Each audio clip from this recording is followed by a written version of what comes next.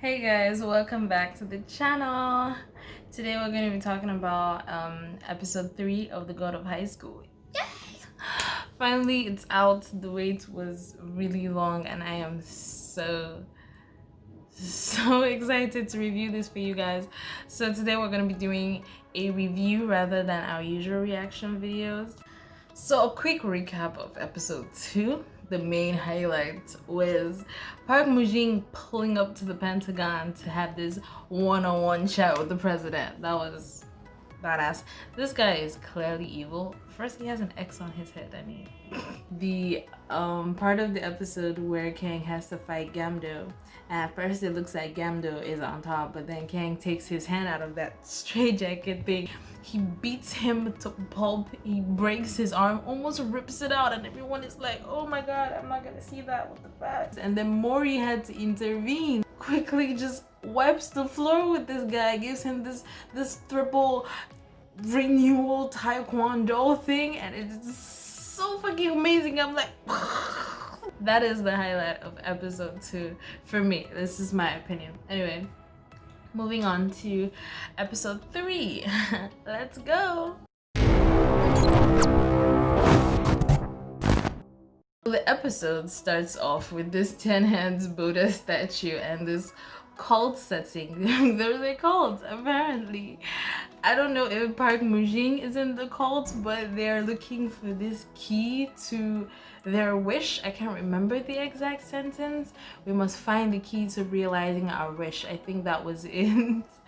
We don't know what that's about. Does it have to do with Mori? Does it have to do with his granddad? Is Park Mujin involved? Is that where Kang got his dark power thing that he used? We don't know. Then this hospital scene comes up. Of course, a lot of people were injured in episode 2 and that whole fight thing. So of course, everyone is in the hospital. Gamdo is down. He can't fight anymore. Kang, oh my god. Mori humbled his ass. My god. They show off this guy to be like the baddest of them all. He pulled up, all handicapped and all like, look at me, I'm so bad, I'm so bougie. I need to handicap myself so I don't kill y'all. Look at you now. That is so pathetic, my god. And then you see Mori just doing his push-ups unscathed. He can't even be bothered. It's crazy. Then we go to the fight between Yomira and Mami Soon. I don't know if it's Misun or Mison. I don't know how it's pronounced. Can you guys tell me how to pronounce it in the comment section? So this fight comes up with two people that fight in entirely different ways, which is something I really love about this anime. They try to include different fighting styles to show every culture and different ways that people do their things, and it's amazing to see these different styles being represented in one show. So we see Mamisun with this American wrestling style, and then we see Yomira with her sword style. Again, I don't know if what Yomira wants to pass on to a successor is her sword itself, which seems like it's mere wood. It is actually just wood. I don't know if it's the sword itself or is the fighting style that she wants to pass on to a successor. That is something that they will have to tell us later on or explain to us. I don't know. It doesn't seem really obvious to me. You guys can tell me what you think in the comment section below. So at first it seems like Mamisun is unbeatable because she has this supposed iron body, but then she kicks Mira's sword away and it seems like Mira can fight perfectly well without her sword. Like it seems like she's actually better without it, to be honest. She is slicing through iron skin without her sword, and that is just crazy. She's like shh, and then there's blood everywhere and somehow her clothes don't rip off, which is bizarre, but okay. It is what it is. Mira easily wins that one. Sorry, Mamisun.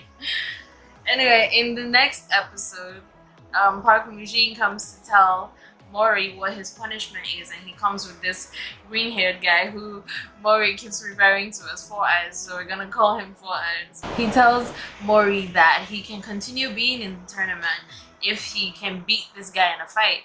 And Mori quickly goes that he wants to fight the blondie at the back. That's blonde guy that he showed in episode 1. Mori has been trying to fight this guy since episode 1, and we don't know why. Every time he mentions him, they show us this short clip without enough context. They just show, they seem like they're at a park somewhere, and then the blonde guy takes a bow, and next thing Mori is on the ground with a letter right beside him, and we don't know what that's about. But they keep showing that clip every time the blonde guy comes up. Anyway, Mori insists that he wants to fight the blonde guy, but the green-haired guy says that he is stronger than the blonde guy. Mori is like, ugh, okay, we'll do it. So in the next scene, Mira and Han are seen walking home, and they're talking about their friend. And Mira mentioned that he's as simple-minded as he is strong, which is actually true for most main characters in most animes I've seen, actually. Crazy. Immediately after that, Mori pulls up with this banana in his mouth. Apparently he got free fruits from Park Mujin, and immediately I'm like, oh my god, he's about to be poisoned. Jesus. But I doubt that it's just going to be like plain poison, because obviously somebody will find out, somebody will know about it and connect it back to him, and we know that he's trying to avoid dirt on him, evidenced by him palming that island with people who had dirt on him. So he offers them the fruit and then goes home and collapses. There's blood coming out of his mouth, and we're like, oh my god, thank god Mira and Han didn't share this fruits with him, because they probably wouldn't have survived. They'd probably be dead by now, considering that it's just Mori that Park Mujin wants to test, because he is the grandchild of this man we know nothing about yet. In the next scene, we see the fruits that Park Mujin gave to Mori, some of them in this chamber that's guarded by ropes on the door, and what seems to be the paper explosives they used in Naruto. Apparently, ordinary humans, are not supposed to eat those fruits, so we don't know what's going to happen to Mori at that point. Obviously, he's not dead because he's the main character, but we don't know what's happening to him. Probably a power upgrade. Then we see this guy at the hospital with Han. We got a glimpse of this guy from a short clip we saw when Mori asked Han what his purpose for being in the tournament was. So we finally meet him. His name, I think, is Song-tae. I can't pronounce it. Can you guys help me out in the comments? I'm gonna call him Song-tae for the time being. So we see Song-tae with Han. We don't know what the relationship is. Song-tae mentions his sister, which just shows that Han is not related to him by blood, so we don't know what the connection between them is. And after that, we see Han at his other workplace. He apparently does a couple of jobs to get enough money to pay his friend's medical bills. So we see him at what seems to be an office. He's picking trash, and then these 3 bullies come and they're teasing him, they're throwing trash around. And to be honest, at that point, I feel like they need a beating, but Han takes the upper ground and he picks up the trash and he walks away. And that's good, that's all good, but I personally want to see them be beaten. And then we go back to the tournament. Han is set to fight the badass with the book and the bat. His name, I believe, is Beck. Correct me if I'm wrong, I'm going to call him Beck. So Han and Beck get to fight. We thought he was just reading a random book, but it's a book that teaches him about other fighting styles and how to beat people who use other fighting styles. And he's just here trying to prove a point, and we realize he's one of those people.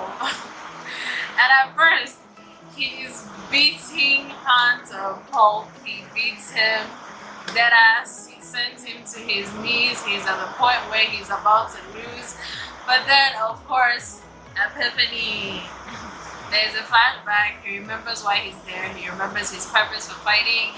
And then he gets this found strength from his friend being in the hospital. And he gathers up that strength and does this 3 moves thing. We don't know if there are more moves. At that point, he only mentioned 3 before Beck fell to the ground. He broke his defenses, he broke his attack, he cut through everything, and he sent him to the ground. Again, I think it is important to mention how amazing these fight scenes are. The choreography is crazy. I don't know how accurate this information is, but the studio handling God of High School is the same one that's going to handle season 4 of Attack on Titan. So it's like, so that fight ends with Han winning the fight. It's sad to see all these amazing characters go. That's Mamison and Beck. I can't pronounce his other name, so I'm just gonna call him Beck.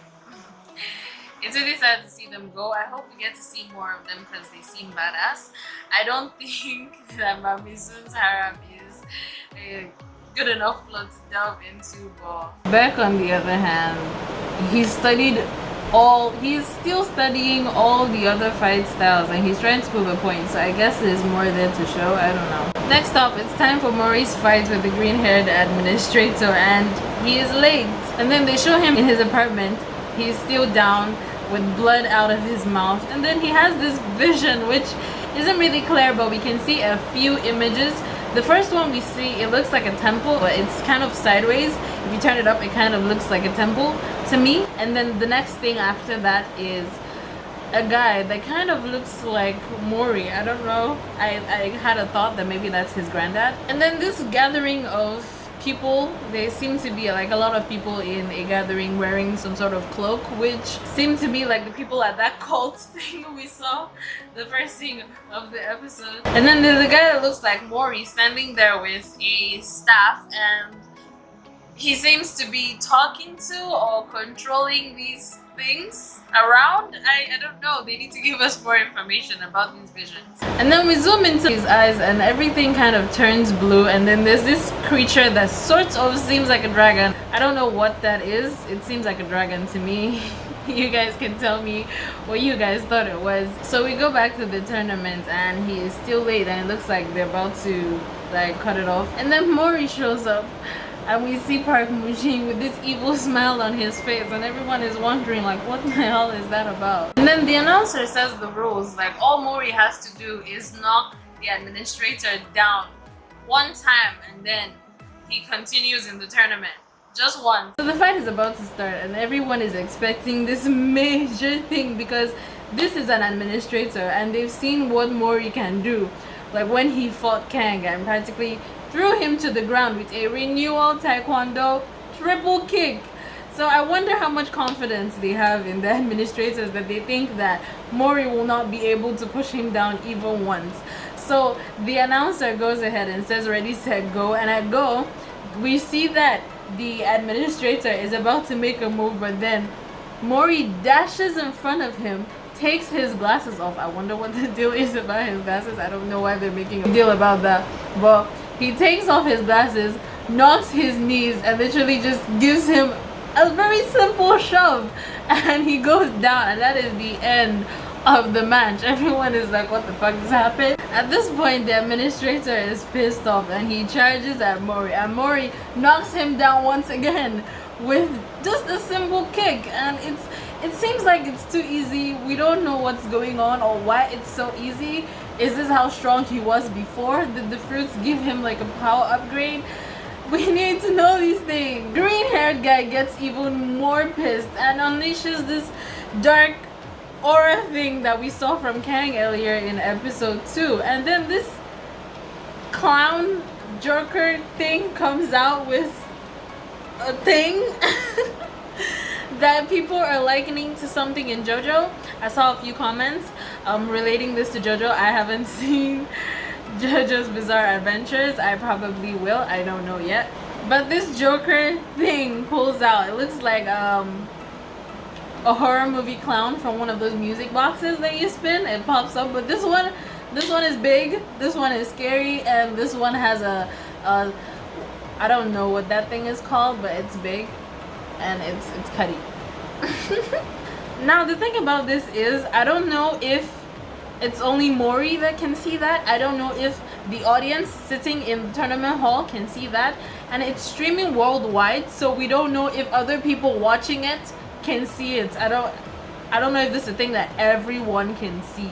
So it charges at Mori, and he can't really defend himself because he's taken off guard by this big clown thing trying to kill him. It kind of catches him and it's about to kill him, but then we see that some other administrators came to hold the green-haired guy, and then Park Mujin comes in and tells him that his salary has been cut for 3 months and he knows why.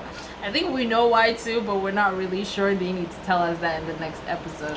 And then Park Mujin walks up to Mori and tells him that he's won, and in his mind he's like, this is truly Jin Taejin's tiger cub, and we really need to meet Jin Taejin. Like, we need to know what he's about. We need to know what his connection is to Park Mujin. We need to know what his connection is to the cult we saw at the beginning. We need to know more about Jin Taejin because we know nothing about him. All we know about him is that short clip they showed us in episode 1 of him leaving Mori in the rain.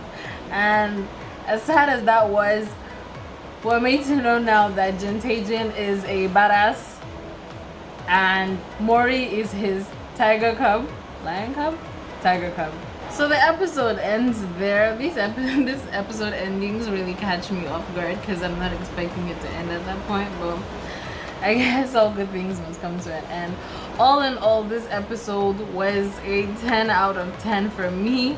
The fight scenes, as usual, were amazing and everything was on point.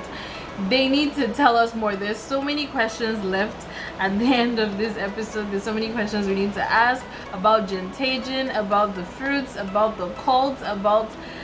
There are lots of things that hopefully they will explain to us in further episode. Some of the manhwa readers have mentioned that they cut out a bunch of things from the anime. Hopefully they will show us that later. We need to know something about that blonde administrator guy and why Mori wants to fight him so much. There's so many things we need to know. Tell me what you guys think about the episode, about this video in the comment section below. Do give us a like if you like this video. Don't forget to subscribe and hit that notification bell. Thank you guys for watching.